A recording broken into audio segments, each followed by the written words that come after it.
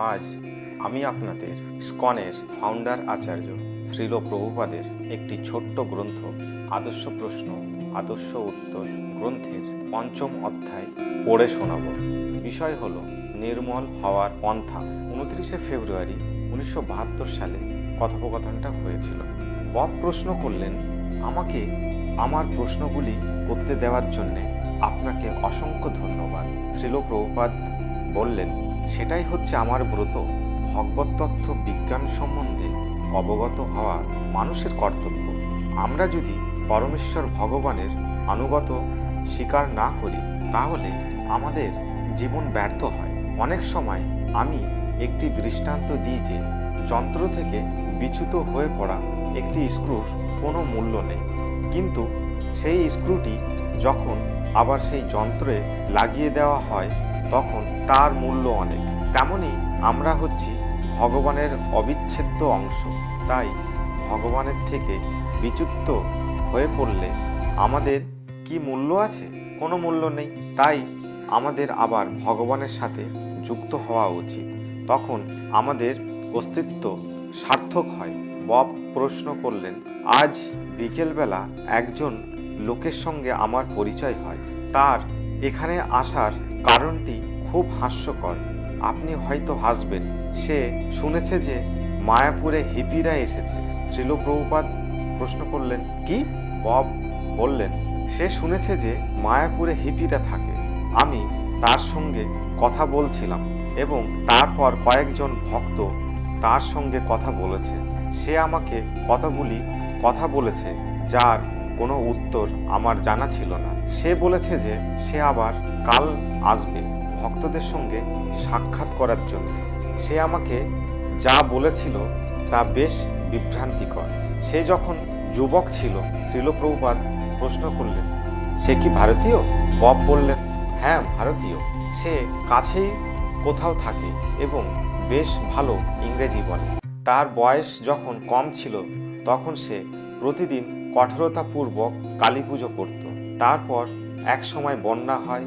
যখন বন্যা হয় তখন লোকেরা নানাভাবে কষ্ট পায় এবং এখন তার কোনো ধর্ম নেই এবং সে বলে সে মানুষের মধ্যে প্রেম ভাবনা বিকাশ করার প্রয়াস করার মাধ্যমে সে সুখ পায়।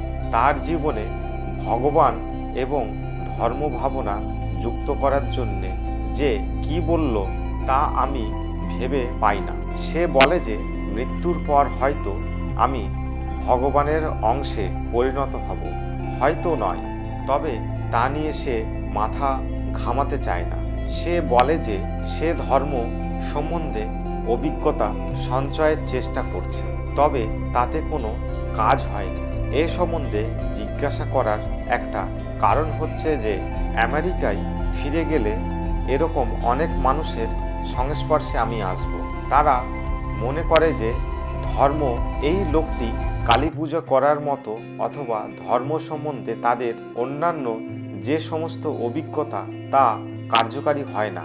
আমি জানি না যে তাদের মধ্যে বিশ্বাস উৎপাদন করার জন্যে কি করা উচিত। শ্রীল প্রভুপাদ বললেন, এখন সে চেষ্টা তোমাকে করতে হবে না। এখন তুমি তোমার নিজের সংশয় দূর করার চেষ্টা করো।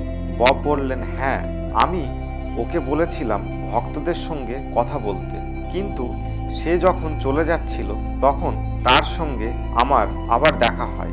আমি তাকে বলেছিলাম আবার এসো, কিন্তু শ্রীল প্রভুপাদ বললেন, প্রথমে তুমি তোমার বিশ্বাস দৃঢ় করার চেষ্টা করো, তারপর অন্যদের মনে বিশ্বাস উৎপাদন করার চেষ্টা করো। শ্রী চৈতন্য মহাপ্রভুর নির্দেশ হচ্ছে যে নিজের জন্ম সার্থক হলে তখন অন্যের উপকার করা যায়। ভারত ভূমিতে হইল মনুষ্য জন্ম, যার জন্ম সার্থক করি করো পর উপকার। প্রথমে তুমি তোমার নিজের জীবন সার্থক করো, তারপর অন্যদের শিক্ষা দেওয়ার চেষ্টা করো। বব বললেন, ভক্তরা আমাকে বলেছিল যে সর্বদা কৃষ্ণ ভাবনায় ভাবিত না হলে সুখী হওয়া যায় না, কিন্তু তবুও মাঝে মাঝে আমার সুখ অনুভব হয়। শ্রীল প্রভুপাদ বললেন, মাঝে মাঝে, সর্বক্ষণ নয়? বব বললেন, হ্যাঁ। শ্রীল প্রভুপাদ বললেন, কিন্তু তুমি যদি কৃষ্ণ ভাবনাময় হও তবে তুমি নিরন্তর সুখ অনুভব করবে। বব বললেন, তারা আমাকে বুঝিয়েছিল যে কৃষ্ণ ভাবনাময়, ভাবিত না হলে সুখী হওয়া যায় না। শ্রীল প্রভুপাদ উত্তর দিলেন, সে কথা সত্যি। যেমন তুমি যদি ডাঙার পশু হও এবং তোমাকে যদি জলে ফেলে দেওয়া হয়, তাহলে জলের মধ্যে কোনো অবস্থাতেই তুমি সুখী হতে পারবে না। কিন্তু যখন তোমাকে আবার ডাঙায় তুলে আনা হবে, তখন তুমি সুখ অনুভব করবে। তেমনি আমরা সকলেই শ্রীকৃষ্ণের বিভিন্ন অংশ। কৃষ্ণের বিভিন্ন অংশ হওয়া ব্যতীত আমরা সুখ অনুভব করতে পারি না। সেই একই দৃষ্টান্ত, যন্ত্রের অংশ থেকে বিচ্ছেদ হয়ে পড়লে তার আর কোনো মূল্য থাকে না, কিন্তু যখন সে আবার যন্ত্রটির সাথে যুক্ত হয় তখন তার মূল্য অনেক। আমরা কৃষ্ণের অংশ, তাই আমাদের অবশ্যই শ্রীকৃষ্ণের সঙ্গে যুক্ত হতে হবে। আর আমাদের ভাবনার মাধ্যমে আমরা সঙ্গে সঙ্গে শ্রীকৃষ্ণের সাথে যুক্ত হতে পারি। আমি কৃষ্ণের, কৃষ্ণ আমার, কেবল এই ভাবনার মাধ্যমে আমরা শ্রীকৃষ্ণের সঙ্গে যুক্ত হতে পারি। বব প্রশ্ন করলেন, আপনি কি বললেন? কৃষ্ণ? শ্রীল প্রভুপাদ উত্তর দিলেন, কৃষ্ণ আমার। বব প্রশ্ন করলেন, আমার? শ্রীল প্রভুপাদ উত্তর দিলেন, হ্যাঁ আমার, আমার কৃষ্ণ। বব বললেন, ও শ্রীল প্রভুপাদ, কৃষ্ণ আমার, কৃষ্ণ আমার। বব বললেন, হ্যাঁ। শ্রীল প্রভুপাদ বললেন, আর আমি কৃষ্ণের, আর সেটাই হচ্ছে আমাদের প্রকৃত অবস্থা। বব বললেন, আমরা কৃষ্ণের অংশ? শ্রীল প্রভুপাদ উত্তর দিলেন, হ্যাঁ, সব কিছুই কৃষ্ণের বিভিন্ন অংশ। যেহেতু সব কিছুই কৃষ্ণের শক্তি থেকে উদ্ভব, তাই সব কিছুই কৃষ্ণের অংশ।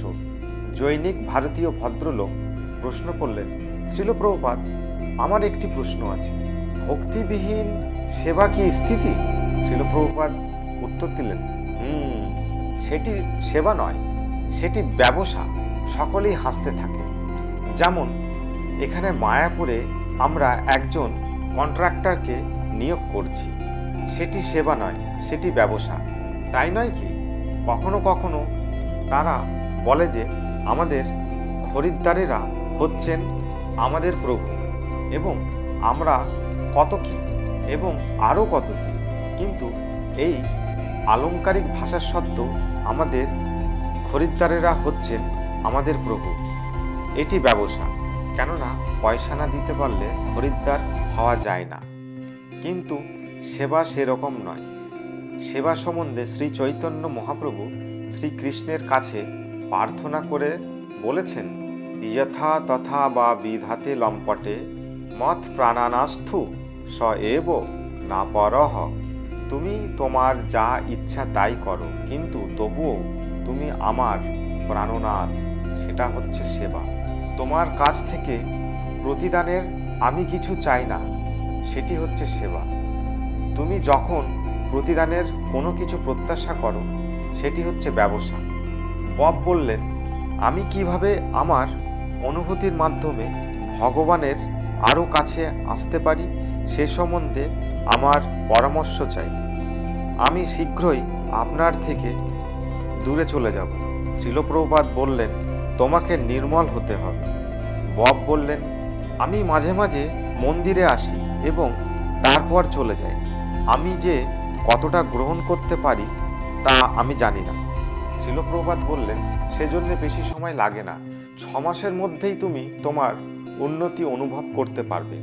তবে তোমাকে বিধিনিষেধগুলি পালন করতে হবে, তখন সব ঠিক হয়ে যাবে, ঠিক যেমন এই সমস্ত ছেলেমেয়েরা করছে।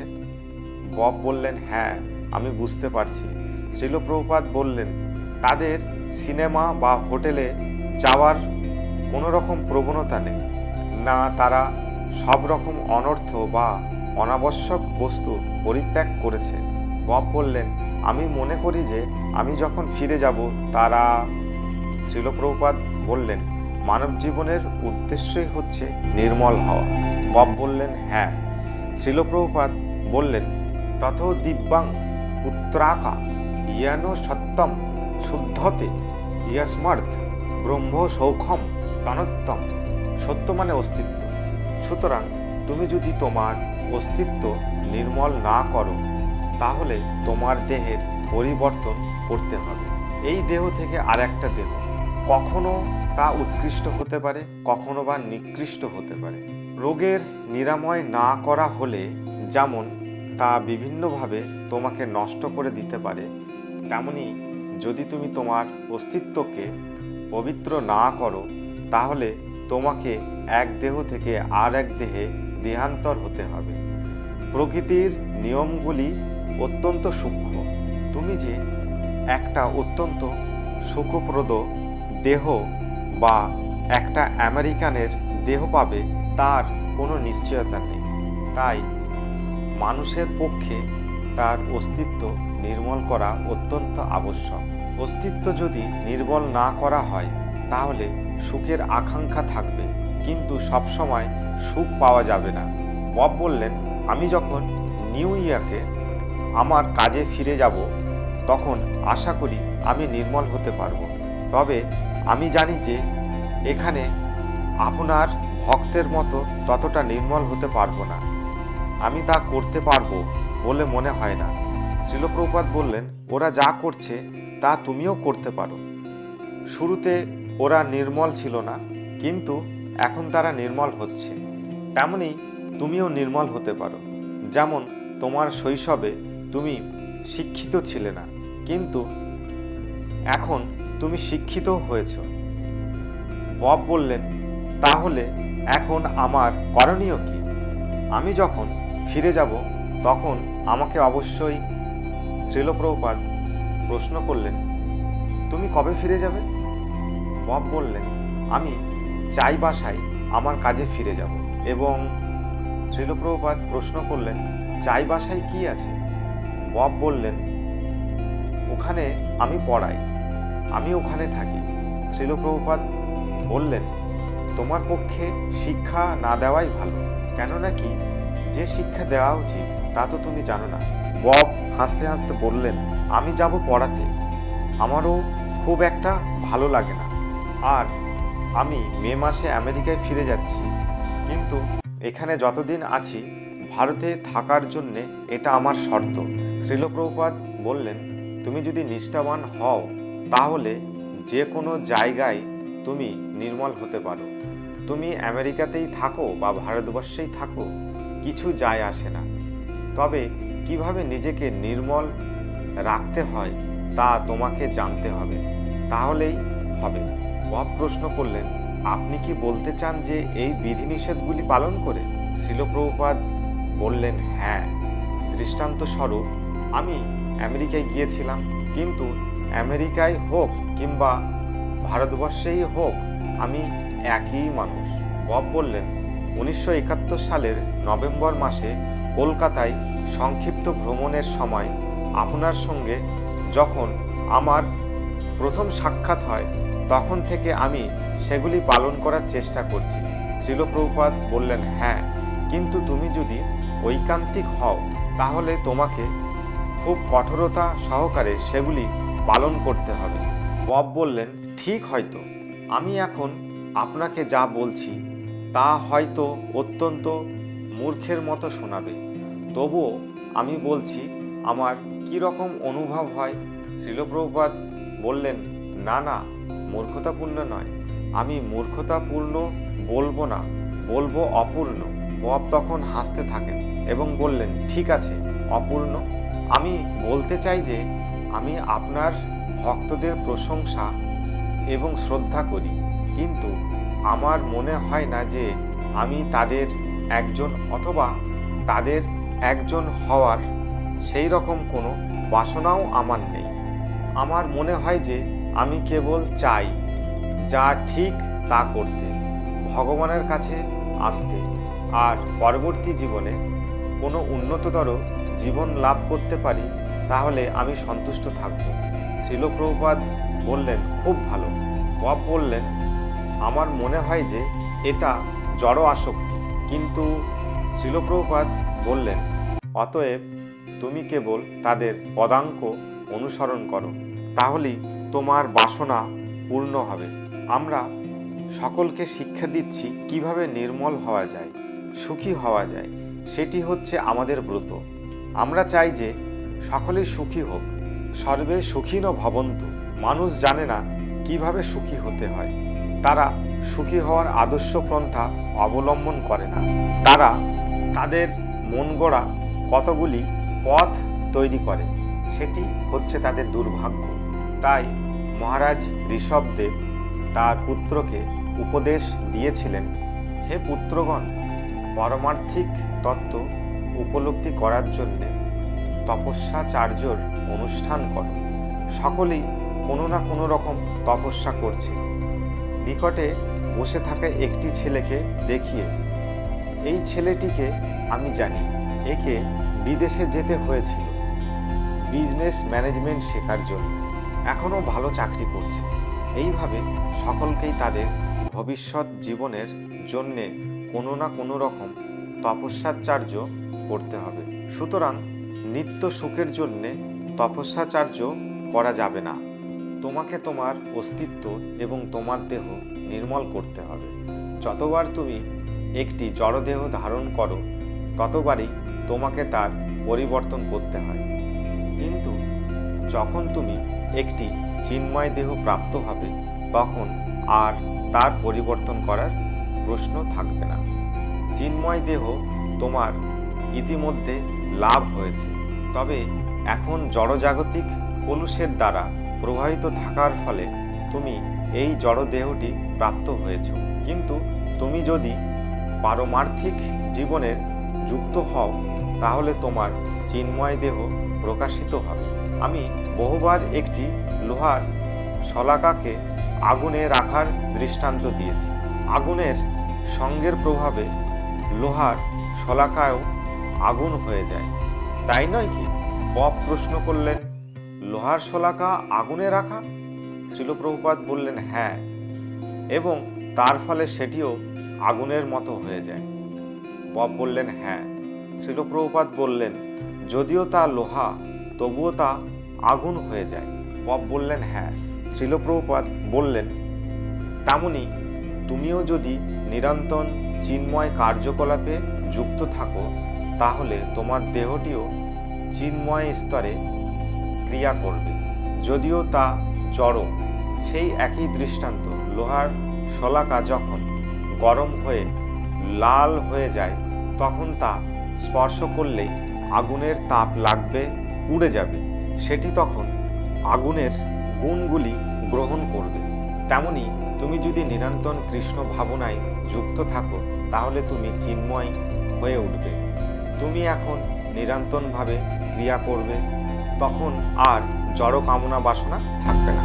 বব প্রশ্ন করলেন, তা আমি করব কি করে? শ্রীল প্রভুপাদ বললেন, এই পন্থায় ওরা এটি করছে। তুমি এই সমস্ত ছেলেদের দেখেছ? আজ যে 6টি ছেলের দীক্ষা হলো, এই পন্থাটি অত্যন্ত সরল। তোমাকে 4টি বিধি নিষেধ পালন করতে হবে এবং এই জপ মালায় জপ করতে হবে। অত্যন্ত সরল পন্থা। বব বললেন, আচ্ছা, কিন্তু দেখুন, আমি যখন বিহারে ফিরে যাব এবং আমার বাঁধা ধরার নিয়ম জীবনযাপন করতে শুরু করব, সেখানে আমি যদি এই সমস্ত বিধিনিষেধগুলি পালন করতে শুরু করি, কতগুলি নিয়ম অবশ্য আমি এখনই পালন করতে শুরু করছি, তবে সবগুলি নয়। শ্রীল প্রভুপাদ প্রশ্ন করলেন, কতগুলি মানে? বব বললেন, কয়েকটি। শ্রীল প্রভুপাদ বললেন, মোটে তো 4টি বিধিনিষেধ রয়েছে, কয়েকটি মানে 3 অথবা 2? বব বললেন, 2টি বা 3টি। শ্রীল প্রভুপাদ প্রশ্ন করলেন, তাহলে অন্যগুলি নয় কেন?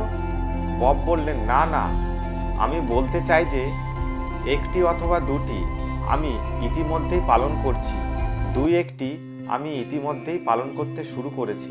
শ্রীল প্রভুপাদ হাসতে থাকলেন, তাহলে অন্য 3টি নয় কেন? তোমার অসুবিধাটা কোথায়? তুমি কোন নিয়মটি পালন করো?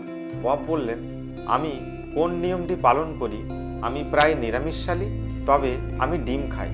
শ্রীল প্রভুপাদ বললেন, তাহলে সেটি পূর্ণরূপে হলো না। বব বললেন, না, পূর্ণরূপে পালন করছি না। গতবার নভেম্বর মাসে আপনার সাথে সাক্ষাৎ হওয়ার পর থেকে আমি নিরামিষাশী হয়েছি, কিন্তু শ্রীল প্রভুপাদ বললেন নিরামিষাশী হওয়াটা কোনো যোগ্যতা নয়। বব বললেন বিশেষ কিছু নয়। শ্রীল প্রভুপাদ বললেন পায়রারা নিরামিষাশী, বাঁদর নিরামিষাশী, সবচাইতে জঘন্য জীব। বব বললেন আচ্ছা। শ্রীল প্রভুপাদ বললেন বাঁদর নিরামিষাশী, এই উলঙ্গ সন্ন্যাসীটি বনে থাকে, কিন্তু সবচাইতে বদমাস। বব বললেন আমার মনে হয় তার ফলে আমার কিছুটা উন্নতি হয়েছে, কেননা প্রথম প্রথম এটি বেশ কঠিন ছিল, তারপর আস্তে আস্তে সহজ হয়ে গেছে।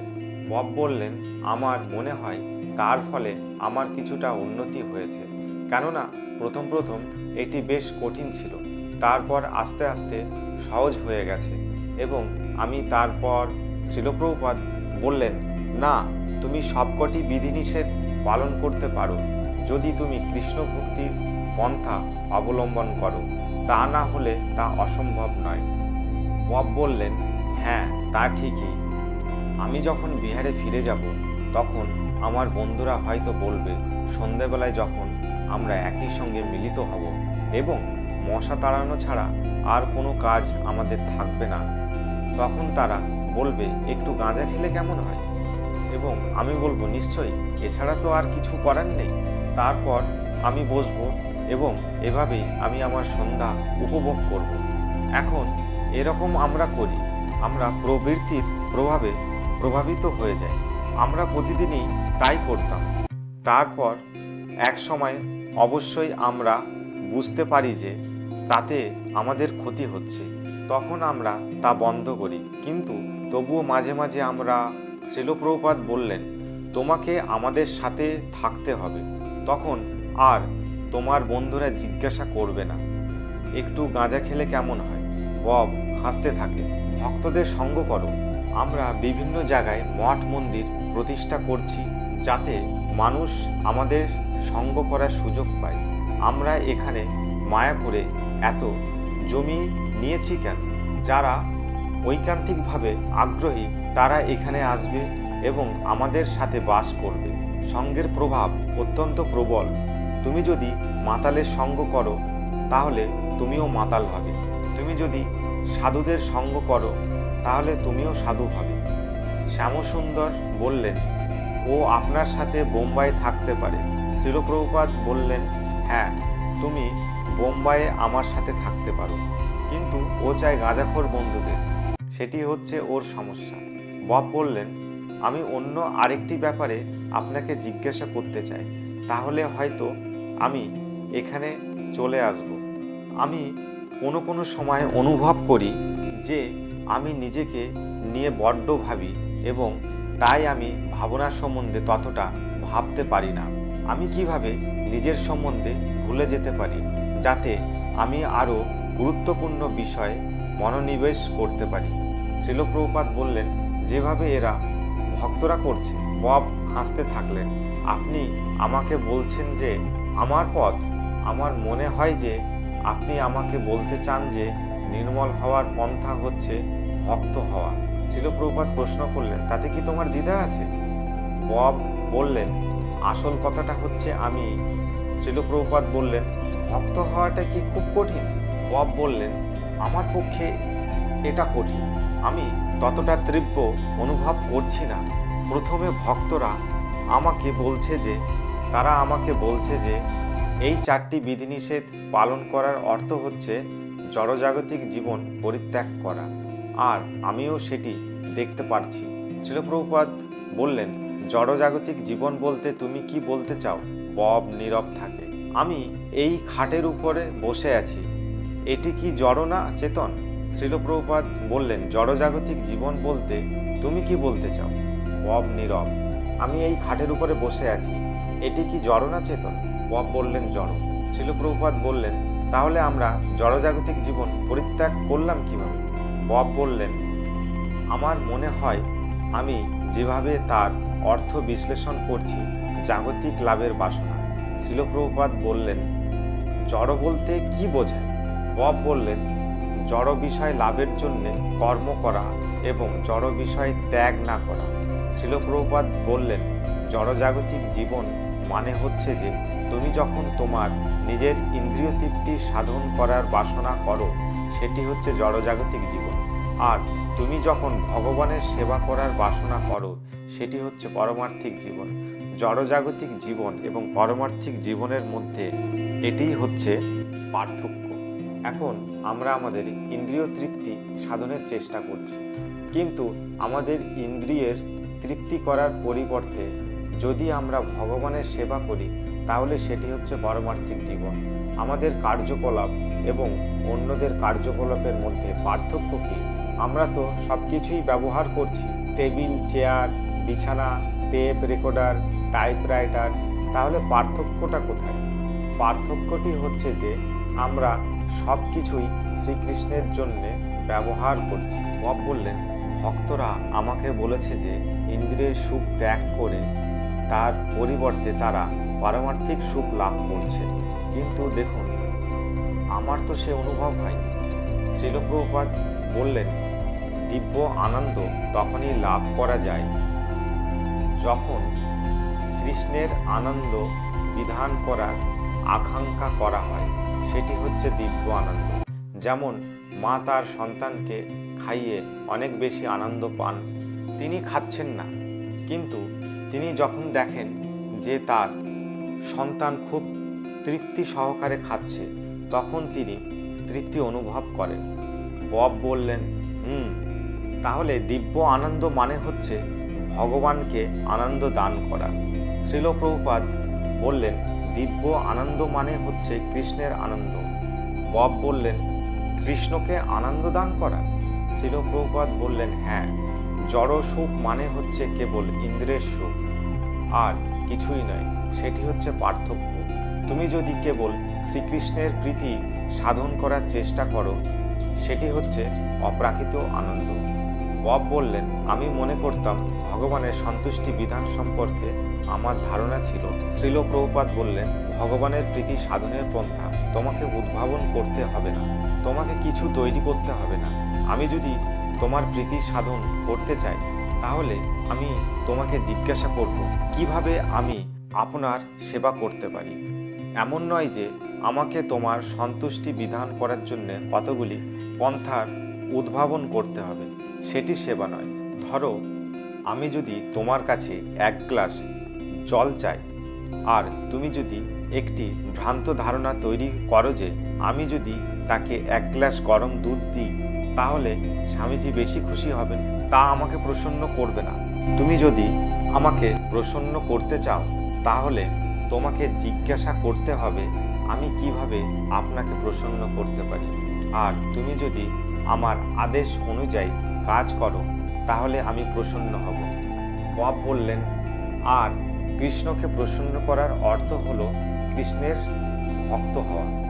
শ্রীল প্রভুপাদ বললেন, ভক্ত হচ্ছে তিনি যিনি নিরন্তর কৃষ্ণকে প্রসন্ন করেন, তার এছাড়া আর কোনো কিছুই করণীয় নেই। সেটি হচ্ছে ভক্তের লক্ষণ। বব বললেন, আপনি কি আমাকে হরে কৃষ্ণ মহামন্ত্র কীর্তন করার সম্বন্ধে আরও কিছু বলতে পারেন? আমি বেশ কিছুদিন ধরে জপ করছি, তবে নিয়মিতভাবে নয়, মাঝে মাঝে একটু আধটু চেষ্টা করছি। ইদানিং আমি একটি জপমালা পেয়েছি এবং মাঝে মাঝে জপ করে আমি বেশ স্বাচ্ছন্দ্য বোধ করি, আর মাঝে মাঝে একেবারে স্বাচ্ছন্দ্য বোধ করছি না। হয়তো আমি ঠিকমতো জপ করছি না, আমি ঠিক জানি না। শ্রীল প্রভুপাদ বললেন, হ্যাঁ, সব কিছুই একটা প্রক্রিয়া আছে, তোমাকে সেই প্রক্রিয়াটি শিখতে হবে। বব বললেন, জপ করার সময় ভক্তরা যে আনন্দ অনুভব করে সে সম্বন্ধে তারা আমাকে বলেছে। শ্রীল প্রভুপাদ বললেন, হ্যাঁ, তুমি যত নির্মল হবে ততই তুমি আনন্দ অনুভব করবে। এই জপ করার পন্থা হচ্ছে নির্মল হওয়ার পন্থা।